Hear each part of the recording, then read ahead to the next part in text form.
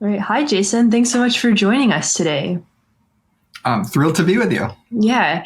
So I want to first start talking about something that has captured the interest of pretty much everybody, and it's this unrealized capital gains tax. A lot of people do not like the proposal at all, but you've recently tweeted and written in support of the proposal to tax unrealized capital gains. So could you talk about why it would be economically viable and maybe even a good idea to tax unrealized capital gains? Sure, I'm just digging my hole deeper and deeper because there's just not a lot of fans of this idea, but let me take a shot. And first of all, let me just say the Harris proposal is limited to people with assets above $100 million. Very, very, very few people would face this tax. The tax on unrealized gains would be applied to liquid securities on an annual basis, although it would be smoothed over a couple of years. And then if it was illiquid, private, hard to value, there'd be a set of rules that basically assume a certain rate of return, and then you reconcile when you sell it. As a tax policy nerd, this has been an idea I've been attracted to for a long time. I worry a lot about people getting locked into an investment and just holding it for the sake of not realizing their gains. I worry about all the effort people go into to borrow against their appreciated assets, and all of this can result in capital being allocated more inefficiently. So as just a structural change, I like it. She combines it with much higher tax rates on capital gains. I'm frankly a little bit more skeptical about that. But as a tax nerd, I like some of the neutrality that you get from this way of collecting taxes, fewer distortions. So, and for the non-tax nerds out here, what do you mean in terms of like how does it actually create more neutrality? Like how does it sort of even out the playing field? Right. So any tax is going to be distortionary. If you tax people on their work, maybe they'll work a little bit less. On their saving, maybe they'll save a little bit less. Capital taxation is also distortionary, and I worry about that. What you want to do, though, is make it as neutral as possible so it doesn't affect decisions. You have a stock, you're deciding, should I sell the stock? Should I not sell the stock? I would love you not to be thinking about taxes when making that decision. Just think about whether you're the right person to hold it. Right. You have a company. Do you want to take the company public? Do you want to take it private? Again, I'd like that to be based on what is the best thing economically, not the best thing tax-wise. And right now, by introducing this distinction between the taxes you pay when you sell something and when you hold something, it introduces a distortion, a non-neutrality, something that can affect decision-making in a way that's not productive. Yeah. And you made the point that this impacts a very small percentage of people. I think it's like less than 10,000 people actually have over $100 million in assets and would be impacted by this. So that's important to keep in mind as we talk about this. But a lot of people push back on, taxing unrealized capital gains on stocks because stocks are so volatile. So how do you think that this taxation process would work with stocks considering how much they move? Yeah, so that's something that they put a lot of thought into when they did this proposal. And their solution was that you pay taxes each year on 1/5 of what you would normally pay them. So it's spread out over time. So let's say you bought a stock at 100, it goes up to 150. You would have to pay taxes on the $10 of gain. Let's say it crashed back down to 120. That would just cancel your taxes in future years. Rather than be a loss. In some rare situations, if something went way up and then way back down again, you could end up having paid taxes on phantom income. But if you do simulations, that happens really quite rarely. So I think they have a decent solution to that issue. And you worked within the Obama administration. So what prevented this from being passed when Obama was in office or even when Biden was in office? Look, taxes disconnected from actual cash flows are incredibly unpopular. Mm-hmm. And so even this proposal now, I think it has thoughtful aspects to it, but I don't think it's the most likely thing in her budget to pass. I think it's much more likely, for example, that the corporate tax rate will go up or the tax rate on high income, just income overall would go up before this. So it's something that gets attracts a lot of political resistance. So would I put all my eggs and effort into this basket? Absolutely not. I think she should, and she has put out a range of tax ideas, and then they can see what they can actually get done and what they can't get done.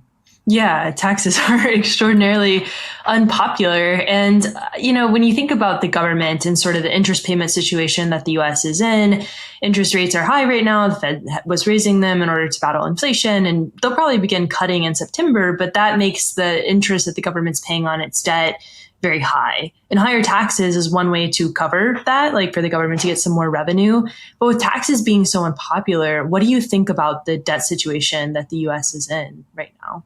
Right. I mean, partly we're in the debt situation we're in because people don't like paying taxes, which I totally get. I'd rather pay less taxes than more, all else equal. And people are very attached to their specific spending programs. They may dislike spending in the abstract, but when it comes to any given type of spending, they quite like it. And there's an asymmetry between those two. Right now, the markets are willing to lend to the government at a pretty decent interest rate. It's higher than a couple of years ago, but it's lower than it's been for most of recent decades. And so there's not something super pressing about doing something about this, but at some point it will be super pressing to do. And it's better to get ahead of it and do it sooner rather than later. Yeah. With taxes, I think one of the hardest things to explain is that ultimately we're taxing ourselves. There's just no one else you can tax. And any time you have a tax benefit or a tax carve out, it just means for a given amount of revenue, higher tax rates on yourselves. So a lot of this is figuring out how we want to collect the revenue, not should we, because as long as we spend money, we're going to need to tax. Yeah, I've been doing a lot of work around the generational wealth transfer that's coming up, a couple trillion, I think it's almost $90 trillion is going to be passed from the boomers down to the younger generations. And that's not taxed at a very high rate. And so what other changes do you think could happen to the tax code for the government to capture more revenue outside of, the unrealized capital gains tax? Like, obviously the corporate tax could increase a little bit, maybe tax inheritance. What do you think about other proposals? Right. So economists like base broadeners, ways of just exempting less stuff. So most economists, and I'd include myself in them, just don't think the mortgage interest deduction is a great way to help the people who have the hardest time affording housing. And by the way, only about 10% of people itemize now. So it's not even like most people who own a home are getting the mortgage interest deduction. So I get rid of that. There's a tax exclusion for health benefits. It's incredibly politically popular. It's really hard to touch politically, but economically, it can actually drive up the cost of healthcare while making it so that people can afford less of everything else that is healthcare. So I'd cap that. Those types of things would be great to do, but politically, they're super hard. So if you just need to raise tax rates, raise them on corporations, raise them on high income individuals, raise them on others, that is a perfectly okay way to go about it as well. Yeah, with a lot of kicking and screaming, it seems. And one idea that Kamala Harris has also proposed is around price gouging, right? Price gouging at grocery stores. And a lot of economists have jumped to the idea that in order to stop price gouging, you have to have price controls. It doesn't seem like you're a fan of that particular proposal. Could you talk about that? Yeah, Vice President Harris has not released any details of her price gouging proposal. So one possibility is it's what a lot of states do, which is in an extreme disaster, you can't raise prices by a lot. That would be something that has very limited upside because it would be triggered quite rarely, and it would have some unintended consequences of preventing resources from moving to a disaster area. But it would also have very little downside because it wouldn't happen very much. So if that's what it is, that's fine. I'm not super worried about it. But she did also phrase it as we're going to bring grocery store prices down today. Things will be cheaper for you right now. And if that's the case, that would mean price controls. Price controls lead to shortages, black markets. In the long run, they get in the way of supply. And so they lead to higher prices in the long run. And so if that's what it was, I'd be quite worried about it. The campaign has sort of implied it's the first, that it's the very limited one. It would also require 60 votes in the Senate. So, I don't think you're going to get price controls out of this, but it would be nice to know what the details are. Yeah. And it seems like a lot of policy proposals are, proposed and not necessarily ever going to be passed. How much of what's happening right now do you think is just messaging from the candidates versus actual policy ideas? You just have to go issue by issue. So take tariffs that Trump is proposing.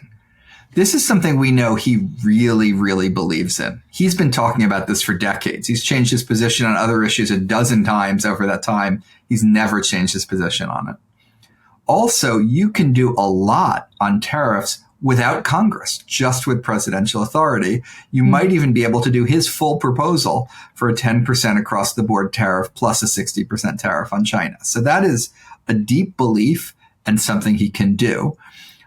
The price gouging, I think, is frankly at the other end of the spectrum. It's a more recent idea. She doesn't mention it that often. It would require 60 votes in the Senate. I just don't think it's going to happen. And I wouldn't worry too much about the outcome of it. And everything else is somewhere in between. Would President Trump lower taxes on corporations and the wealthy? Probably. Would Kamala Harris raise them on corporations and the wealthy? Probably. Would either of them be able to do quite as much of it as they're proposing on the campaign trail? Probably not. Yeah. And could you talk to the economic viability of tariffs? Like, it's very well known that that's a tax on consumers by economists, but sometimes it's hard to translate to the general public. So could you just talk about how tariffs can be, if they're strategic, it might be okay, but a broad-based tariff ends up being mostly harmful. Could you talk to that? Yeah. So broad-based tariff is like putting a sales tax on much of the food we get is made overseas. Almost all the toys we buy are made overseas. An awful lot of the cars and other stuff. A lot of this, by the way, we don't even make in America. So you're talking about, a tariff on, avocados in December. There's just not a lot of avocados being made in the United States. And so this ends up flowing through very much directly to consumers. Now you might say, oh, it's worth it because at least we'll help our export industries. Well, that's a really naive way to think about it because you have to remember every other country is going to retaliate. We put 10% tariffs on them. They're going to put 10% tariffs on us. I don't think American exports are going to do super well in that. So you'll end up with less imports, which hurts consumers, less exports, which hurt workers. You probably won't change the trade deficit at all. And we'll just end up with a smaller economy where it's harder to afford anything. So it's just a dreadful idea. And when I say dreadful, I think 99.9% of economists would agree on that. And just about the only PhD economist who might disagree just recently got out of federal prison.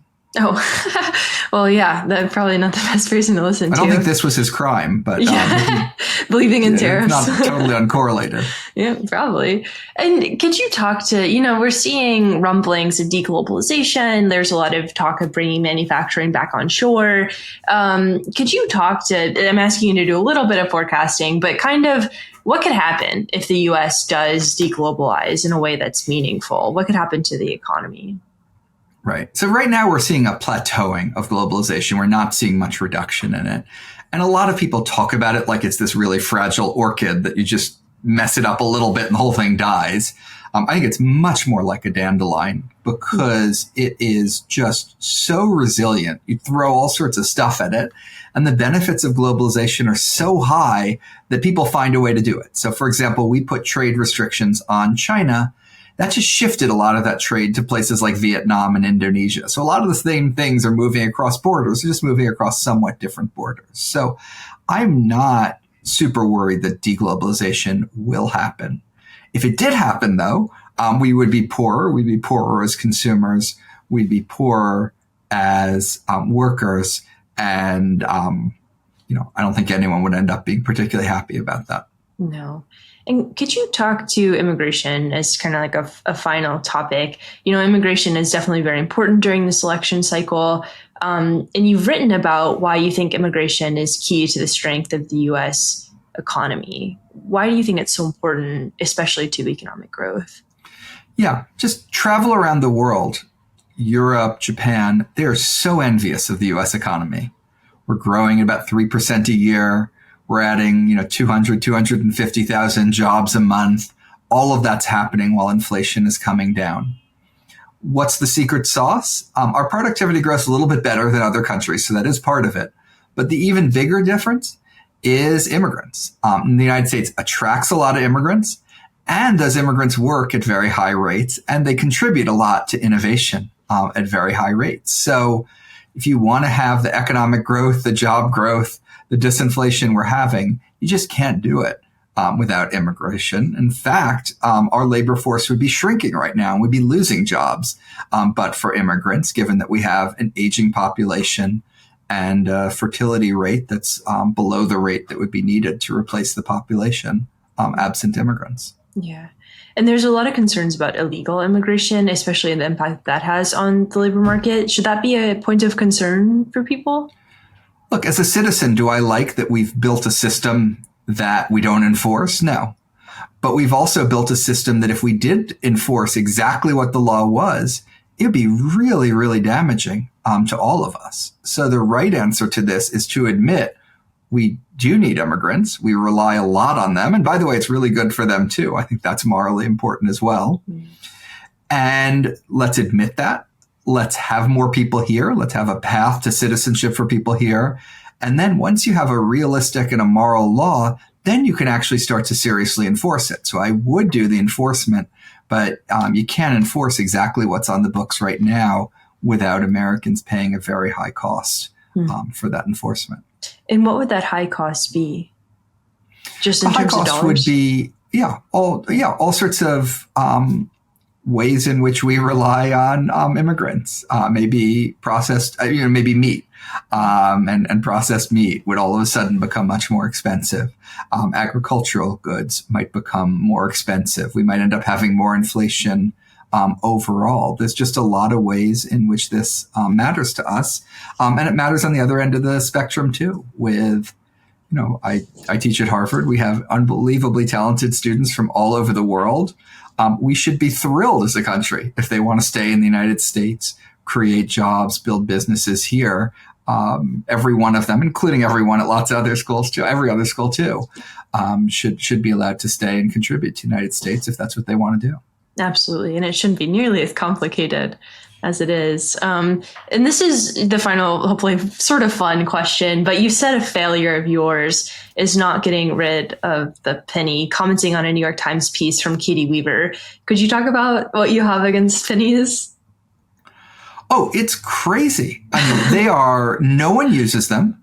If you're walking down the street and a penny is there, almost no one thinks it's worth the effort to bend down and pick the thing up. And this is a thing that costs the government a lot more than a penny to make. I think it's about 5 cents to make.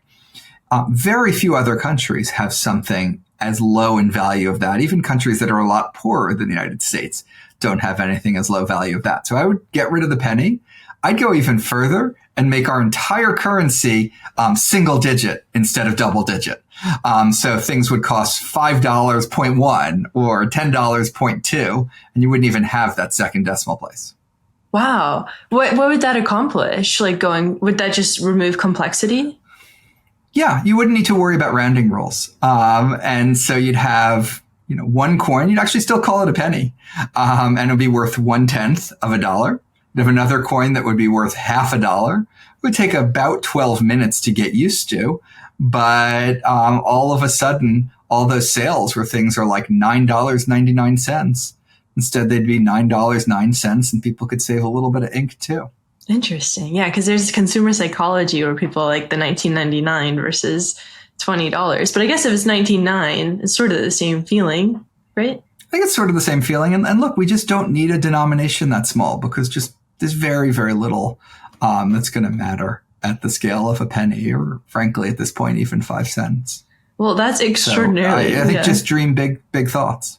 Yeah, with the no pennies in sight. Well, thank you, Jason. This has been a wonderful conversation.